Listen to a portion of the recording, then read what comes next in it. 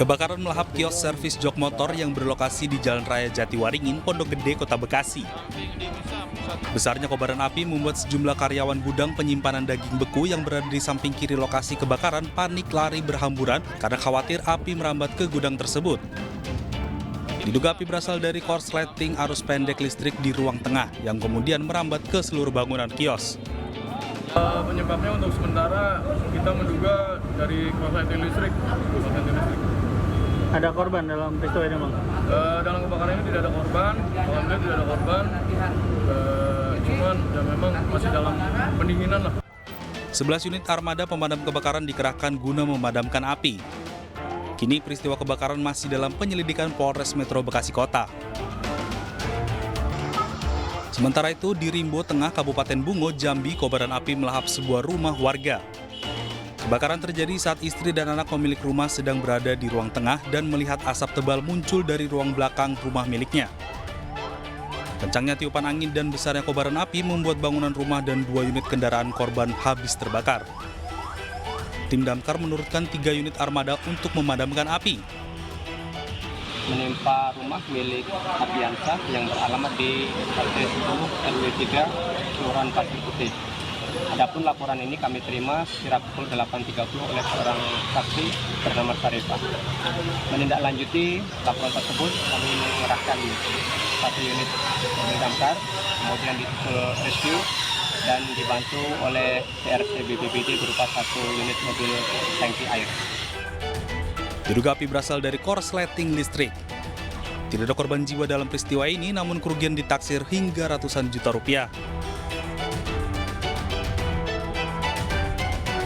Pemirsa, intensitas hujan yang tinggi membuat beberapa daerah terendam banjir, seperti 86 desa di Kabupaten Indragiri Hulu, Riau, dan Jalan Nasional di Kabupaten Mempawah, Kalimantan Barat.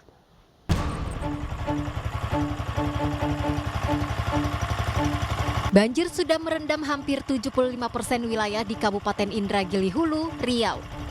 Banjir terparah terjadi di Desa Rawa Sekip dan Desa Rawa Asri, Kecamatan Kula Cinaku, Indragiri Hulu.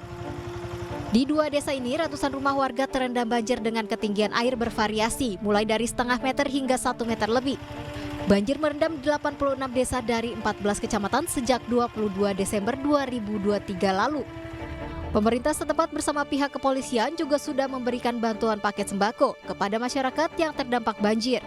Dari 14 kecamatan itu sudah ada 13 kecamatan yang terendam, namun 2 kecamatan ini seperti Batang Gansal dan juga Batang Cenaku itu banjirnya tidak dipengaruhi oleh aliran sungai kita, namun dipengaruhi oleh curah hujan.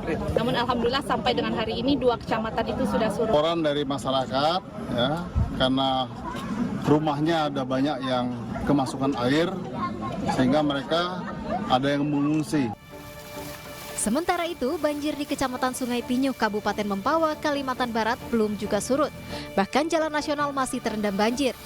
Jalan yang menghubungkan beberapa kabupaten di Kalimantan Barat itu sudah mengalami kerusakan akibat terendam banjir. Pengendara motor yang nekat melintas banyak yang mengalami mati mesin. Warga berharap ada solusi dari pemerintah agar daerah ini tidak terendam banjir ketika musim hujan. Tim Liputan iNews melaporkan. Diguyur hujan deras dari malam hingga pagi hari membuat tebing setinggi 7 meter di lereng Gunung Merbabu, Boyolali, Jawa Tengah longsor. Akibatnya jalur wisata Solo Selo Borobudur dari kedua arah tidak bisa dilalui. Longsor juga mengakibatkan 2 mobil pick-up masuk ke area pertanian warga karena terbawa material longsor.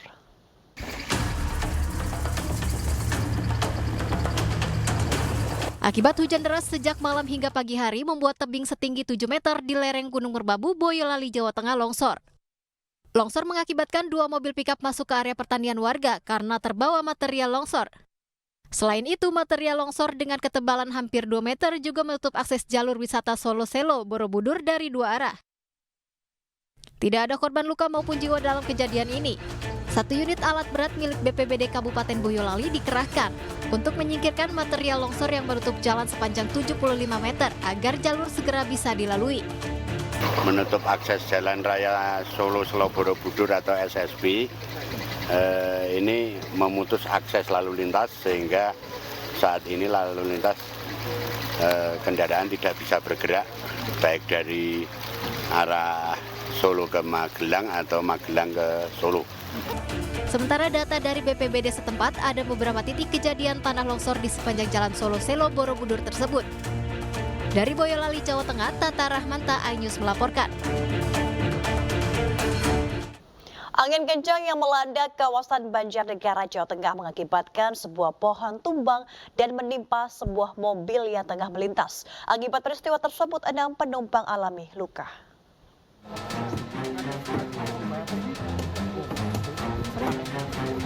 Hujan deras yang disertai angin melanda kawasan Desa Grogol, Kecamatan Pajawaran, Banjarnegara, Jawa Tengah. Akibatnya pohon yang berada di pinggir jalan tumbang dan menimpa sebuah mobil syarat penumpang yang tengah melintas.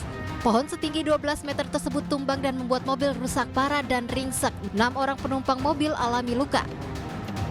Dari keterangan BPBD Banjarnegara, ke-6 korban langsung dibawa ke puskesmas terdekat untuk mendapatkan perawatan intensif.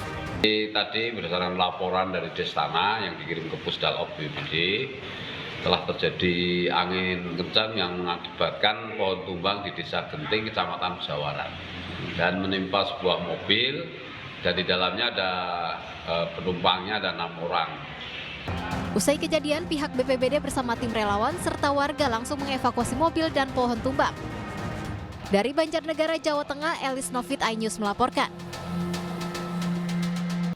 Diguyur hujan dan angin sejak Kamis malam, alat peraga kampanye sejumlah calon anggota legislatif berjatuhan di sebuah taman di Jalan Ampera Raya, Pasar Minggu, Jakarta. Di bawah pengawasan Bawaslu Kota Jakarta Selatan, perwakilan partai politik merapikan dan mencopot alat peraga kampanye yang dinilai membahayakan.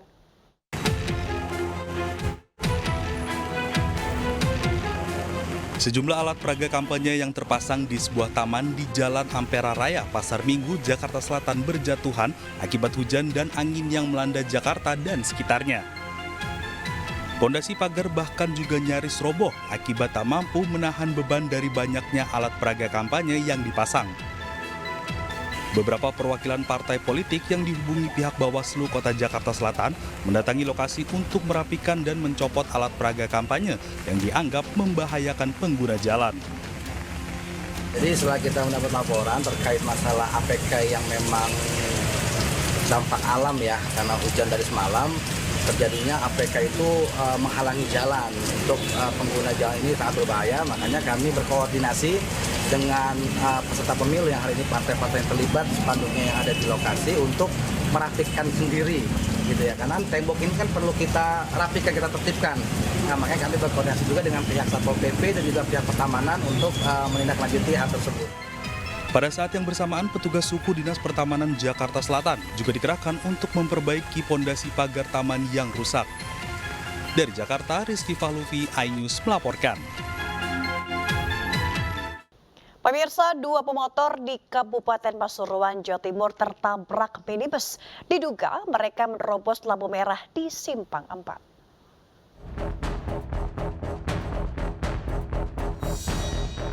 Nampak dari CCTV, detik-detik kecelakaan antara 2 motor dengan 1 unit mobil di Simpang 4 Exit Tol di Jalan Raya Surabaya Malang, Desa Karangjati, Pandaan, Kabupaten Pasuruan, Jawa Timur.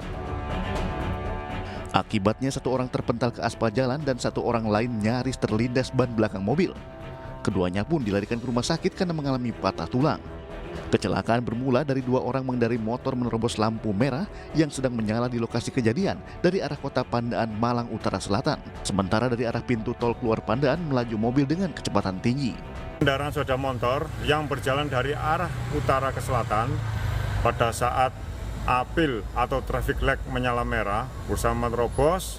Pada saat di persimpangan terjadi kecelakaan dengan kendaraan yang dari arah timur ke barat atau dari arah exit tol. Terkait peristiwa tersebut, pihak kepolisian melakukan olah TKP dan mengecek rekaman CCTV.